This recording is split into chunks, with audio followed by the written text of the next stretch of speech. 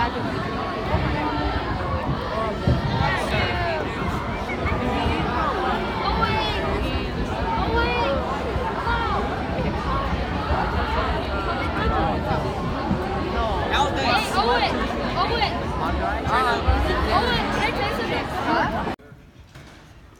guys, my name is Shevali Kadakia and I'm a junior at Shevali High School, which means I'm in 11th grade. And I'm here to talk to you guys about concussions and about the dangers of not treating them properly after you get one. So how many of you know what a concussion is?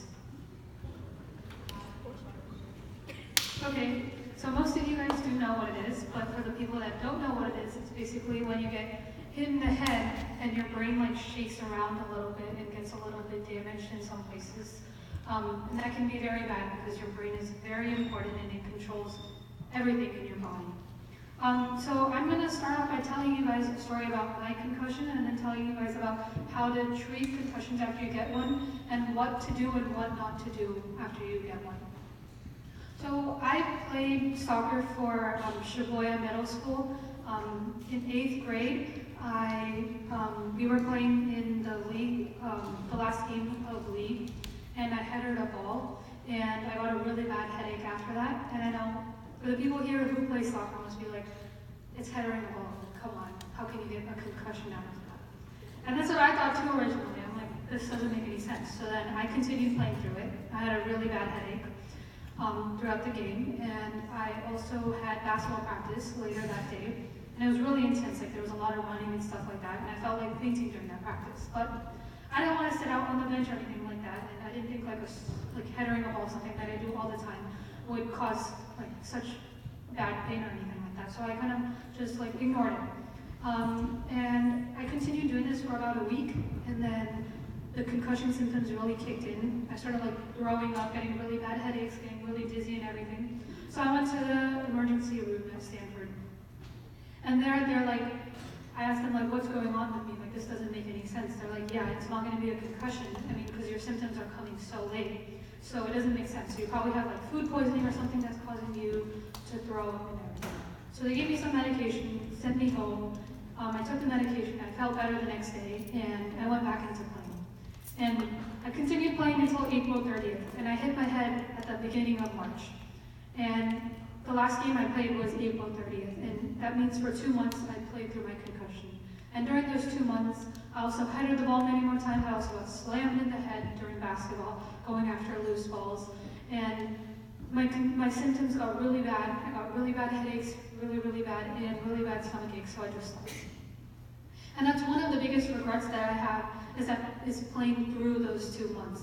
Because I ended up taking about a year and 3 months out of playing any sport at all. And that whole process of just sitting out and watching everyone else play on the court while you just sit at home in pain, getting worse every day, becoming overweight, it's really demeaning. Because I was this superstar athlete, and then suddenly everything came crashing down. I got overweight. I couldn't even walk up the stairs without getting out of breath. And I wanted to play for Midi, which is currently the #1 team in the nation for women's basketball. And people would judge me like, how could you play basketball? How could you even aspire to be on Midi's team if you can't even like get up the stairs without becoming out of breath? Like, that's not the level that Midi, like that's way too low of a level. And so during those 15 months, all my previous teammates would be all successful. They would be on the team, they would be playing, they would be winning, they would have so much fun, and it was like horrible because I was at doctor's appointments instead. Doctors who would tell me like, okay, take this medication because I don't understand your pain, just take these medications and just like get out of my face because I need to move on to the next patient. And it was really frustrating because I went through 15 months of this. 15 months of every single day doctor's appointments. It literally became like an extracurricular activity. It was so awful. And luckily at the end of 15 months, I found a doctor who was able to find the reason why I got, or like what was happening to me, and they diagnosed it as a concussion. And I did some stuff that healed me, and soon I got back into playing. But that process of getting back into playing too was so embarrassing because I was literally like this big blob, like running back and down, up and down the court. And like after every, like going there, I would need like a minute break because I was so out of shape. I was overweight. It was embarrassing. embarrassing because, again, I wanted to play for midi. And like, how can you even try out for the midi team if you can't even run up and down the court? So I spent 4 hours every day in the gym, and then I also ran at Montgomery Hill like 2 to 3 times every day. And it took a lot of hard work and dedication to get back into the shape, not even to get to where I was before. Kind of get like halfway there. And that's something that I don't want any of you to go through either, because it's really unnecessary. Because if you take care of yourself after you get a concussion, after you get injured, if you take care of yourself right away, you can take away all this extra work that you need to put in it, and instead of trying to get back to the spot you were, become better than you actually are.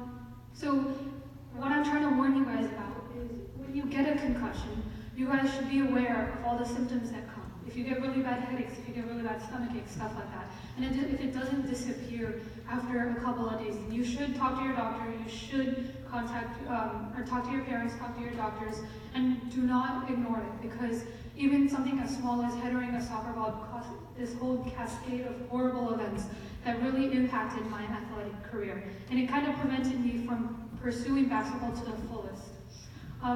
So you guys should be aware of your symptoms and talk to people and not just push it away, because you don't, even like some of my teammates, like there's all these misconceptions about concussions, that it needs to be something where you get hit and then it's like you become unconscious, you lose your memory, you start bleeding and everything like that. Like people think that's a real concussion. Like even my teammates, like when I would get like slammed against the wall or something, they would be like, oh, get over it, like nothing happened to you, that's not a real concussion, like something's like really silly, just get over it. And you should not give into that peer pressure, because that costed me 15 months instead of 1 to 2 weeks. And for those who know like athletics, who know like how important practice is, like you can't take off 15 months. Like that's really, really detrimental to your athletic career. So it's important that you guys take care of yourselves and be aware of any time you get injured. Concussions also impact your school life, and it's really sad because one of my teammates, we were in the middle of a season, and she knocked into one of our other teammates, and she like ripped her tooth through her jaw, and she got a really bad concussion, and she was out from school for 5 months, which is like a whole semester.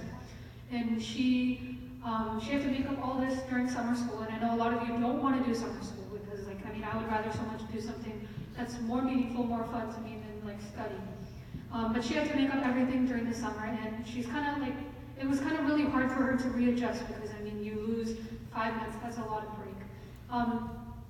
So like concussions also impact your academic ability and your athletic ability. So there's something that you should really be aware of and take care of yourself when you get one. So if you guys would like any more information about concussions, I have this pamphlet that you guys can pick up afterwards. I also wanted to quickly talk to you about how I got healed, and like something that a lot of people haven't heard about is called vision therapy. And it's kind of like physical therapy except for your eyes. So like if you like tear your ACL in your knee or something like that, you go to physical therapy and they help like rebuild like other muscles and help heal you. So basically that's what vision therapy does except for your eyes. So how many of you know what peripheral vision is? Okay, so for those who don't know, it's basically like when you're looking forward, you can also see like things on the side. Like if you've noticed that, like if I look like straight ahead, I can still see like the door and everything like that. That's what peripheral vision is. And so what happened to me is that I got like supervision or whatever. And it was like, I took in like, I could see everything. Like I could see everything. Like instead of just like the door being there, like I could notice it's like blue and like all these little details that I didn't need to know before. And this was too much input for my brain, and I started getting really tired and getting really bad headaches because of it. So vision therapy is something that helps readjust your eyes and helps fix them, so then it comes back to normal and you don't take in all this unnecessary information. And a lot of people don't know what vision therapy is, and that's why I'm letting you guys know, because there's a lot of people who end up in the same condition as me but don't know what vision therapy is, and instead of treating themselves via exercises, vision therapy, they take medications and stuff to take away their pain. So that's basically what I have to share with you guys. Do any of you have any questions about vision therapy, about concussions, about, I don't know, MIDI or whatever? Any questions?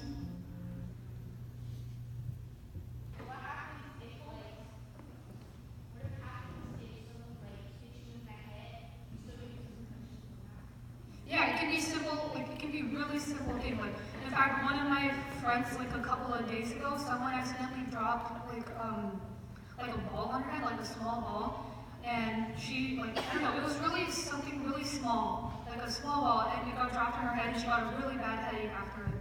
So, and then she got diagnosed with like a mild concussion. So it can be anything that hits your head. And if you get like a really bad headache after it, and it still continues for a couple of days, then you should talk to your doctors and talk to your parents and just get it checked out, just in case. Do I need you up? Yeah? So, with the vision therapy, how does that exactly work? Is it just them doing the diagnostics or something like that? Okay, so basically what happened to me was that, like, when I got hit, my eyes, like, got misaligned, and they started taking in more stuff than I should have been, which means, like, if I just see, like, okay, Quimby right over there is just yellow and blue, it would tell me it's, like, it tell me more information, like, it's blue, this certain shade, and then when I'm looking, like, how many of you know what peripheral vision is? So that's, okay, so for those who don't know, it's like when you look forward, and then you can see, like, from the side of your eye, you can see something happening. Like, if I look here, I can still see the people that are sitting over there. So basically what I would do is that I would take, like, my peripheral vision, and, like, take in everything around me, which means, like, I got supervision or whatever. But it got my headaches really bad. So what vision therapy basically does is that it makes sure that you do some exercises, like you bring a pencil from far away and you bring it close, and you work on, like, exercising your eye muscles. It's kind of hard to explain. You basically, like, just, like, make your eyes do a bunch of exercises, and then it, like, realigns them and makes them work better. It's kind of hard to explain. There's a lot of, like, minute details and everything that goes into it. Does anybody else have any questions? No questions at all? So if you want that pamphlet, you could come up here. Is that it for today on that? Oh, one more quick thing. As you guys can see this box, it says, like, donate your stuff here. So basically what I'm doing is that I'm hosting a drive where you guys can collect any of your used athletic gear, like old jerseys or like shin guards, shoes, or anything like that, and donate it to this box. I went to Haiti over the summer, and that's where I gave all the stuff that I've collected so far. So you guys can put your stuff in here too, and then it can go for good use. Okay, thank you. If you need a pen,